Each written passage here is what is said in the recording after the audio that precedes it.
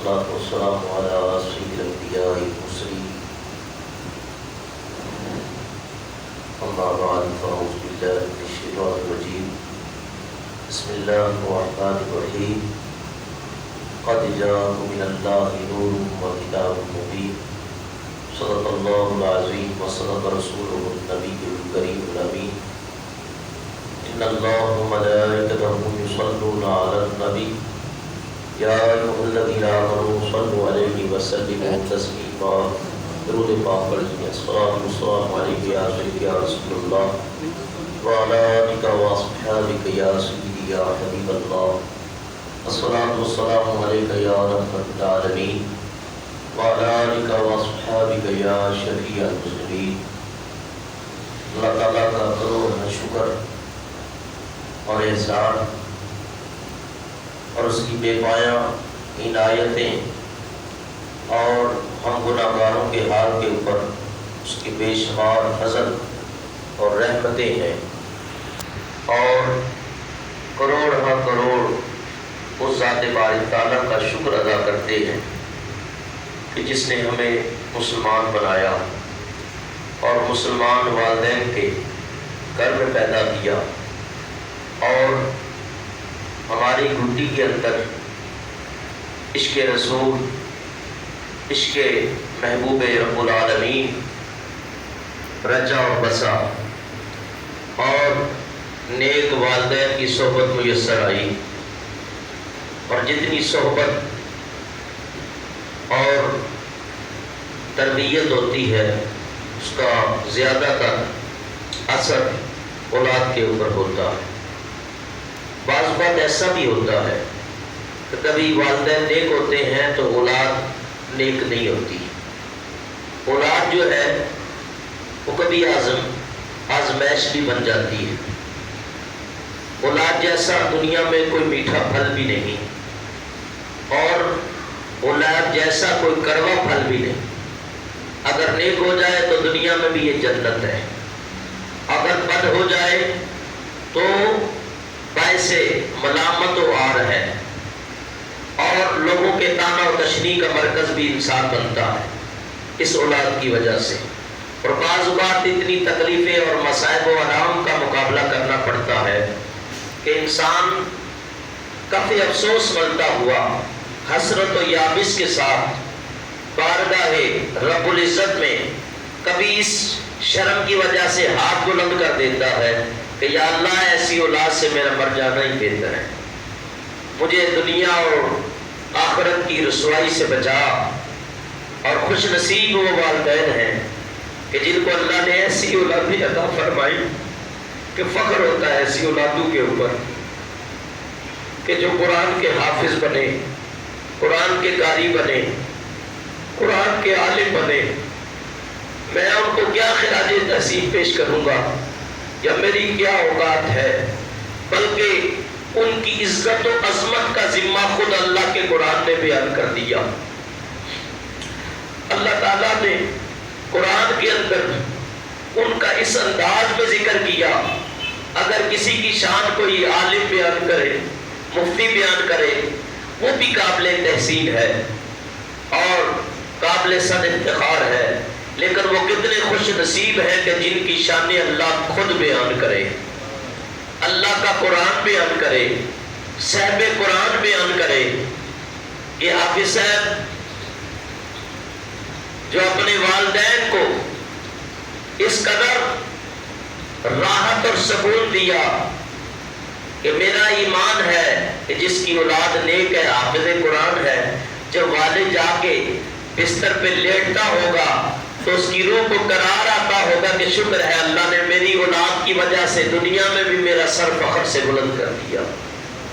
اور قیامت کے دن تو بلندیاں ملنی ہی ملنی ہے کہ جب حافظ قرآن اس حشر کے مجمع میں، یہ 150 کا مجمع نہیں ہوگا، فرمایا لاکھوں کروڑوں نہیں ہوں گے، لاکھ تعداد ہوں گے، اور اس مجمع کے اندر پھر ایک منادی کرنے والا رب کی طرف سے ندا دے گا اور کہے گا وہ حافظ قرآن جن کا بچہ دنیا کے اندر قرآن پڑھتا رہا، قرآن سناتا رہا، قرآن قرآن سے اپنی زبانوں کو اس نے تر رکھا، ان حافظوں نے، وہ آج ان کے والدین حشر کے مجمع کے اندر ان لوگوں کے سامنے آ جائے، شاید تمہاری نظر میں کسی بادشاہ کی بڑی شان ہو، کسی تاجدار کی بڑی شان ہو، لیکن اللہ اور اس کے نزدیک اگر کس کی عزت ہے تو سنو، وَلِلَّهِ الْعِزَّةُ وَلِرَسُولِهِ وَلِلْمُؤْمِنِينَ، لوگوں عزت اللہ کے لیے ہے، اس کے رسول کے لیے ہے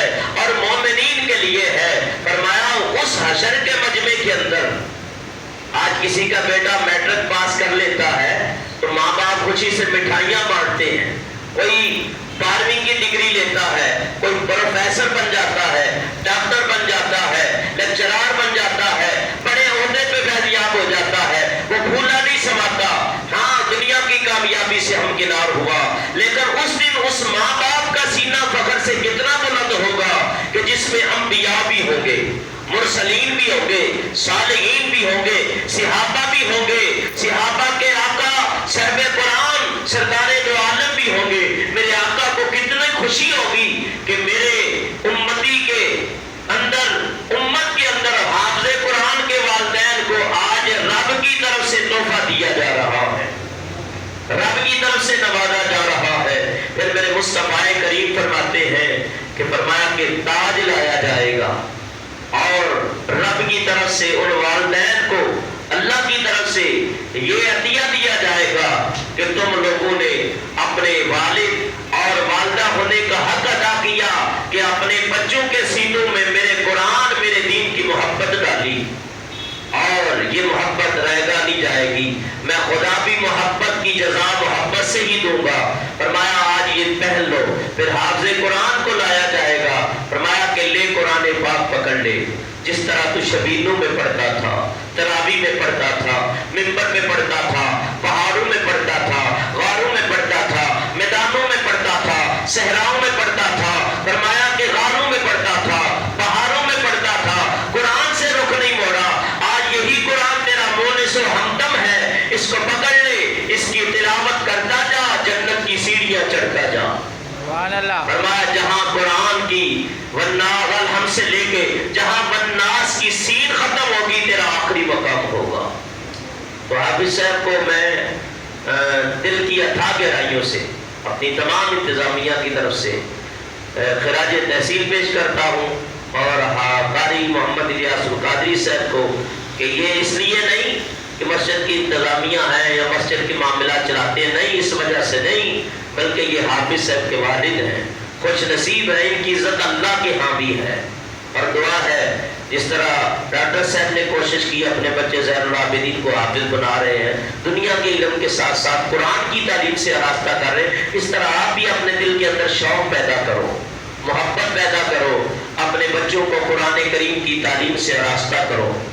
اور میرے والد کی بھی بڑی خواہش تھی میرا بچہ حافظ بنے، قاری بنے، عالم بنے، اور رات کو تہجد کے اندر سجدے میں ڈال کے دعائیں کرتے تھے رو رو کے، تو اللہ تعالیٰ نے ان کی دعاؤں کو قبول کر لیا، اور ان کی دعاؤں کا ثمرہ آج آپ کے سامنے ہے، اور میں خود بھی اس کو محسوس کرتا ہوں، رہتی دنیا تک جب تک رہیں گے قرآن و حدیث سے اپنے آپ کو آراستہ رکھیں گے، اس سے بڑی خوش نصیبی والی زندگی نہیں۔ قرآن کی آیت بڑی ہے، فرمایا قد جاءکم من اللہ نور، اے لوگوں تمہاری طرف یہ نور آیا، اور اس نور سے مراد ذات مصطفیٰ صلی اللہ علیہ وسلم ہے، اور قرآن سے، کتاب سے مراد قرآن مقدس ہے، مبین کا معنی ظاہر کرنے والا، فرمایا حضور بھی ظاہر ہے، آپ کی کتاب بھی ظاہر ہے، اور جو قرآن، جو نبی کا عشق اپنے دل میں بسا لیتا ہے، فرمایا کہ وہ بھی سب سے عرفہ والا ہو جاتا ہے،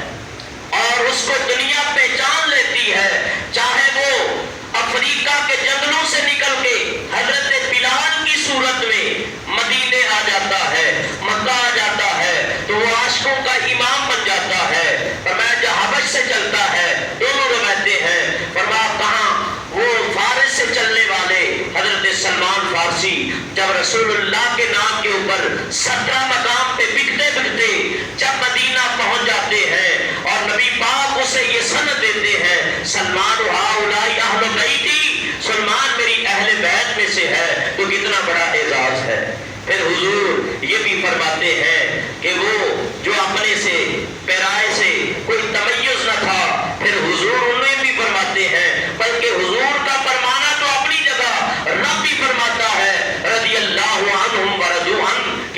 سے راضی ہو گیا، وہ اپنے رب سے راضی ہو گئے۔ آگے چند نکتے ہیں، پھر بات ختم کرتا ہوں۔ فرمایا کہ قرآن اور صحب قرآن، ان کی مناسبت کی وجہ سے چند نکتے، وجوہات میں بیان کرتا ہوں۔ فرمایا کہ قرآن نور، صحب قرآن نور، وَإِنَّهُ لَكِتَابٌ عزیز، یہ کتاب اللہ کو پیاری ہے۔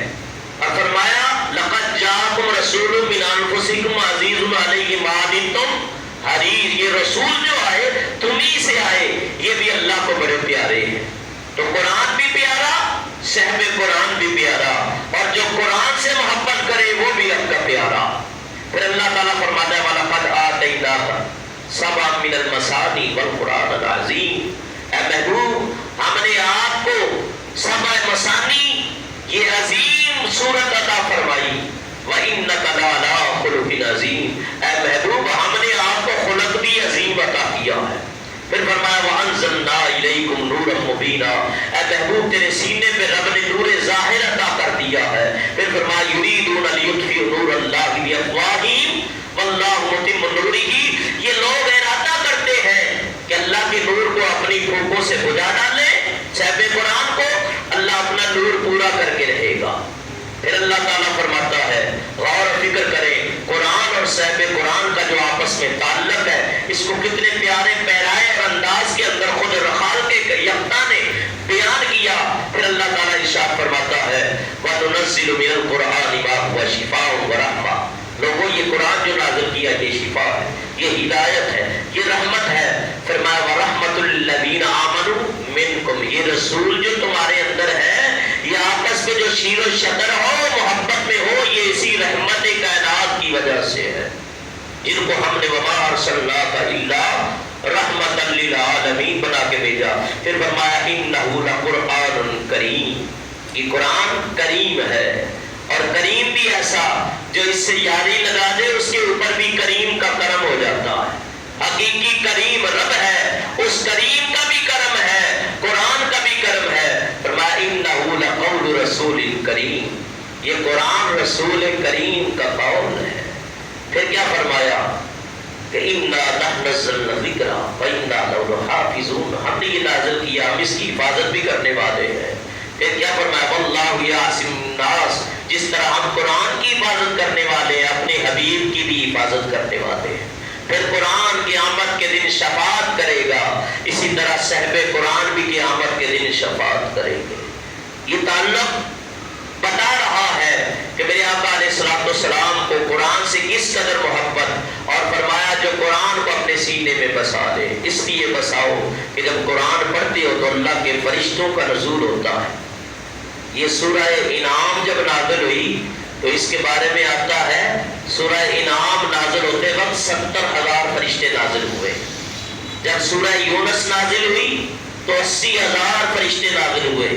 سورہ زخرف نازل ہوئی 30,000 فرشتے نازل ہوئے۔ جب سورہ بقرہ نازل ہوئی تو ہر آیت کے ساتھ 70,000 فرشتے نازل ہوئے۔ فرمایا اس قرآن، اور یاد رکھو اِنَّا أَنزَلْنَاهُ فِي لَيْلَةِ الْقَدْرِ، اس قرآن کو ہم نے لیلۃ القدر پہ نازل کیا، اور یہ رات کو آیا اور برکتوں والی رات آئے۔ فرمایا کہ میرے نبی علیہ السلام بھی 12 ربیع الاول کی رات آئے۔ قرآن کے نزول میں بھی فرشتوں کا نزول ہے، صحب قرآن کے وقت، صحب قرآن کے آتے وقت بھی فرشتوں کا نزول ہے۔ لہٰذا میرے بزرگوں دوستوں، قرآن سے پیار کیا کرو، قرآن سے محبت کیا کرو۔ ہم اپنی بزرگوں کی زندگیوں پہ جب نظر کرتے ہیں تو حضرت امام بخاری جیسا امام فرمایا کہ ایک قرآن دن میں ختم کرتا ہے، ایک رات میں ختم کرتا ہے۔ سبحان اللہ۔ حضرت ابو بکر خطیب بغدادی، جن نے تاریخ بغدادی لکھی ہے، وہ دن رات میں ایک قرآن پڑھ لیتے ہیں۔ فرمایا اسی طرح حضرت خواجہ معین الدین چشتی اجمیری ایک قرآن دن میں پڑھتے، ایک رات میں پڑھ لیتے۔ اسی طرح حضرت غوث پاک فرماتے 15 سال تک تو میری عادت یہ رہی ہے، عشاء کا وضو اور نماز پڑھ کے میں جب کھڑا ہوتا تو صبح جب بغداد کے اندر فجر کی اذان مؤذن دیتا تو میں قرآن ختم کر لیتا۔ 15 سال تک یہ حالت رہی۔ فرمایا ان میں خوش نصیب وہ صحابہ ہے، 2 صحابی تو ایسے ہیں جنہوں نے کعبے کے اندر پورا قرآن تلاوت کی ہے. ایک حضرت عثمان ذوالنورین، ایک حضرت تمیم ہے، انہوں نے قرآن کو کعبے کے اندر پڑھا، جو کمرہ کعبے کا. فرمایا ایک حضرت تمیم ہے، اور ان کے بارے میں حضرت تمیم کے بارے میں آتا ہے کہ مدینے کی غار سے آگ نمودار ہوئی اور وہ بڑی شدت کے ساتھ مدینہ کی طرف بڑھ رہی تھی. حضرت فاروق اعظم نے فرمایا ہمارے اندر حضرت ابراہیم کی مثل بھی ایسے لوگ موجود ہیں. اقبال نے تبھی تو کہا ہے آج بھی ہوگا ابراہیم کا ہی ماں پیدا، تو آج کر سکتی ہے انداز گلستہ پیدا.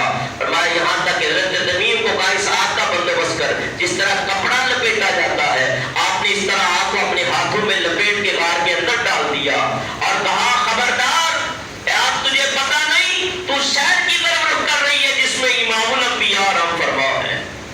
ان کی بات تو بہت دور ہے، ہم محمد کے غلام ہی ایسے ہیں تو ہمارا مقابلہ نہیں کر سکتی.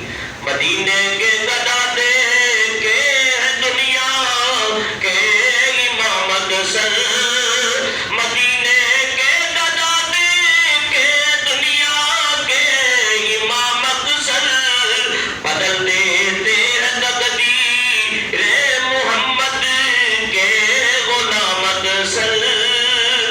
اور دوسری حضرت امام اعظم اتنے بڑے امام ہیں، جیل میں قید کر دیے گئے تو 7,000 قرآن پاک پڑھے. کتنے؟ 7,000. پوری زندگی میں کتنے قرآن پڑھے؟ 77,000. سارا مال جو آپ کے پاس زندگی بھر کا تھا لے کے گئے. درود کعبہ سے کہا آدھا مال لے لے، ایک رات کعبے میں مجھے رہنے دے. کعبے میں چلے گئے، پورے قرآن کو 2 رکعتوں میں پڑھا. یا اللہ وہ خلیفہ تیرا عبادت کا حق نہیں ادا کر سکا، مولا میری اس عبادت کو پھر بھی شرم قبولیت سے ہمکنار کر.